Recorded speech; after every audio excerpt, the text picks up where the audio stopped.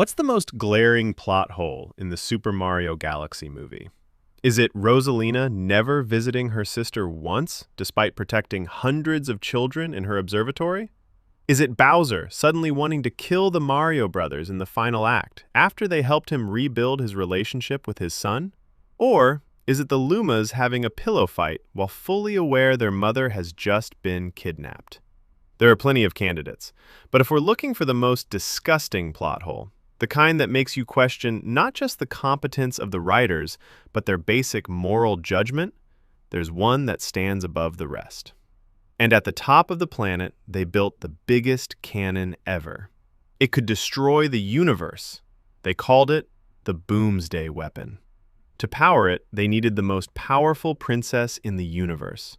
And when they had drained all her power and the weapon was ready, they went planet by planet, destroying all those who disrespected them.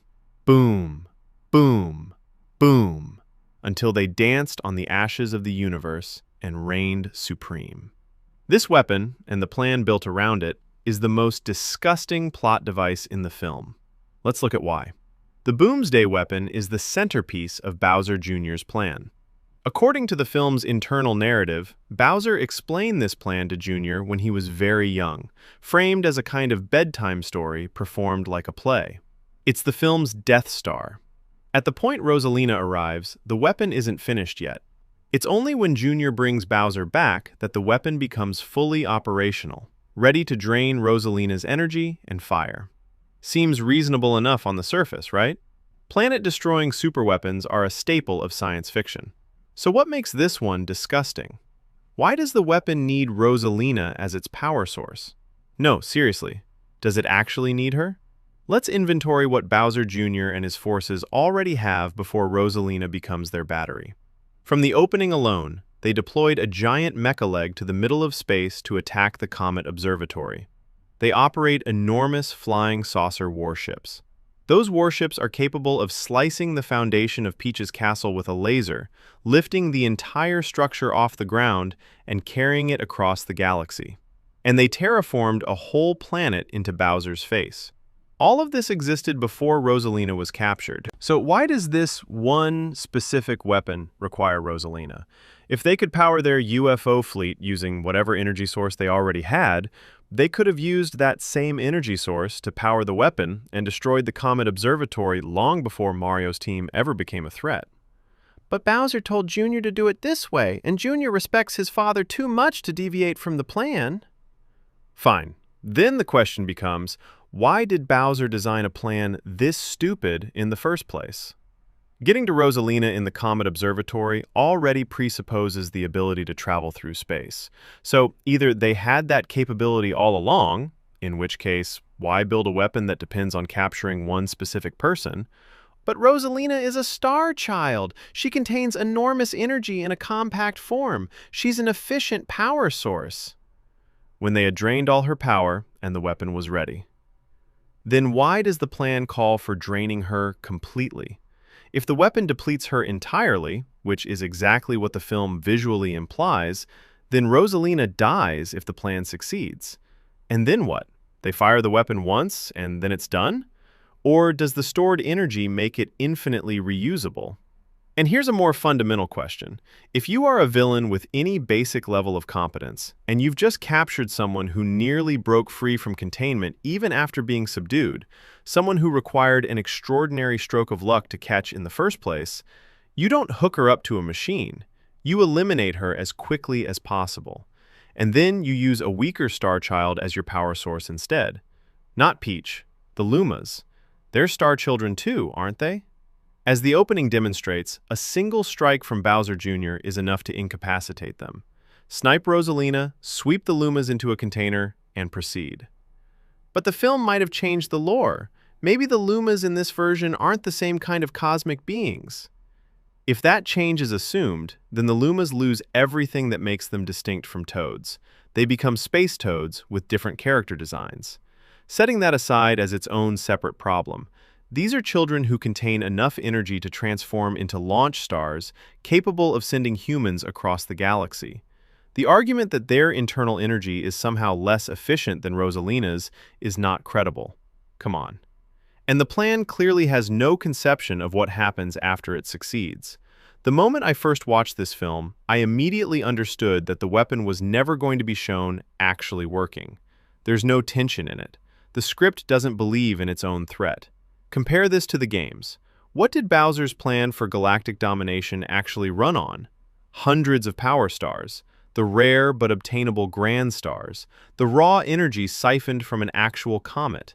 The energy source for universal domination was distributed, abundant, and cosmically sourced. The film's version runs on one person. Do you understand how fundamentally broken that is as a screenplay choice? There are two defenses that can be made here. Let's address both. Defense 1. Rosalina needed to be powered down somehow, and this was the mechanism. That's plausible on its face, but think it through. Rosalina is too powerful, so the script needs a way to neutralize her. Bowser Jr. captures her. The first capture happened because Illuma did something idiotic and stumbled into the middle of a fight at exactly the wrong moment. Pure luck.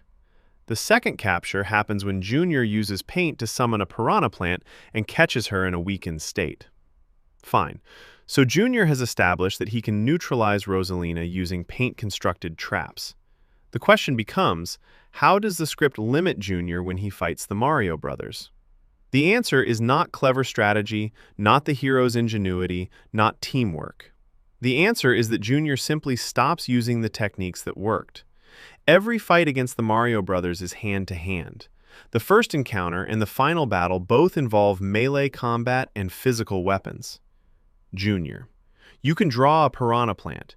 You already proved it works. Use it on the Mario brothers too.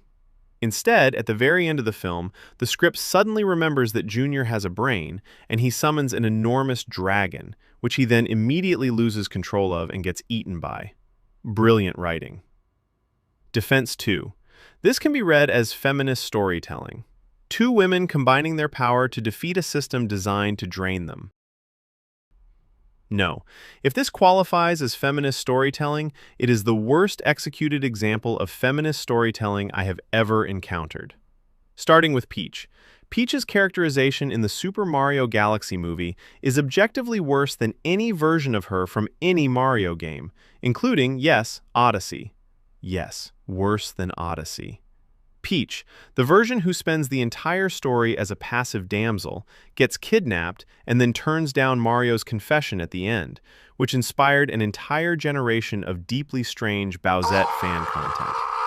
After the ending of Odyssey, Peach wanders without telling the Toads, the same behavior she exhibits mid-film in Galaxy. Someone might argue, in Odyssey she's just going sightseeing with Tiara, while in the Galaxy movie she's heading to space to rescue her sister and discover who she really is. Doesn't that make the film's Peach more purposeful? That's a fair point. So let's look at the context. In Odyssey, Peach was held captive throughout the entire story. The ending happens almost immediately after her rescue. Cappy's comment about wanting more adventure makes clear very little time has passed. Expecting a recent kidnapping victim to immediately return to normal governance isn't a reasonable standard. She's still a head of state, so calling it irresponsible isn't entirely wrong.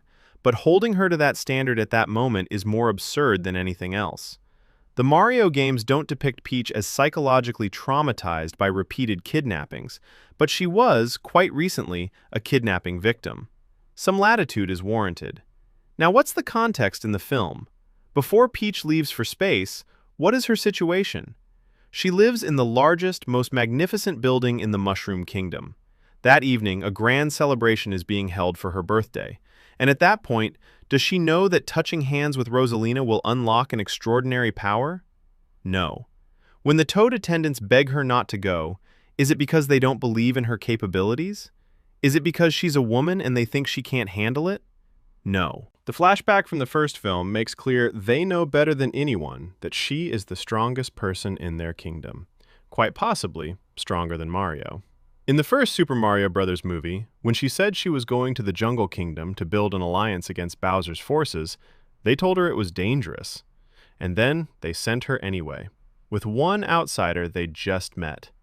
Why? Because they understood that she is a head of state, and that diplomacy is best conducted by the head of state herself. So in this film, why exactly does she personally need to go rescue Rosalina? Because they're family? Is this film trying to teach children that political leaders can abandon their responsibilities the moment a family member is involved? The conclusion her attendants are reaching is correct. She is the center of the kingdom. Her departure destabilizes everything. So why does she go? Because Mario said it was fine? That's not independence. That's not a strong character making a bold choice. That's an irresponsible character following someone else's permission. At least Odyssey Peach had mitigating circumstances. This version is just irresponsible, with nothing to offset it. She has become the worst kind of political leader.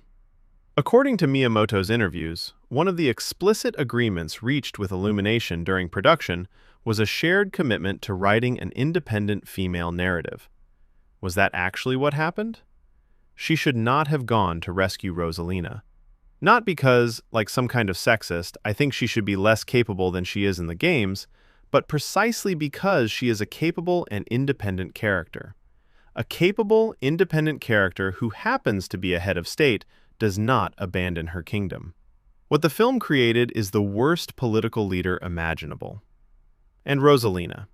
There's nothing left to say about Rosalina that hasn't already been said. Rosalina is already protecting hundreds of fragile children. If her situation was so dangerous that she couldn't visit her own sister for her entire life, she had no business taking on the role of mother to the Lumas in the first place. And if she was capable of raising the Lumas, then there is no reason she couldn't have found one moment, just one, to see her sister. What this plan actually amounts to: Rosalina handed off all parenting of her sister to the Toads, built a new family for herself in space, and then, when she and her children were threatened, instructed those children to go find the sister she hadn't seen since infancy and whose face she probably can't remember. That was her contingency plan. The script was written roughly like this. How should we resolve Peach's desire to know her own origins? Make her Rosalina's sister. What are the consequences of that decision? Whose idea was it to turn Rosalina into this? To protect them from those who sought to exploit their power? Please. The film opens with a scene of Rosalina reading bedtime stories to the Lumas, the same children she was supposedly too endangered to let Peach near. And in the film itself, Rosalina gets captured because a foolish Luma wandered into a battlefield at the worst possible moment. So why is Rosalina raising these children while never once seeing her sister across an entire lifetime? Because the writers wanted the surface imagery of the original character without any of the meaning behind it. This is what passes for feminist storytelling in this film. Whatever defense is offered, whether it's power scaling or female empowerment, the Boomsday weapon is a disgusting plot hole. The logic doesn't hold internally. The character damage it causes is real. And the attempt to justify it through thematic framing makes it worse, not better. Good intentions do not excuse broken execution.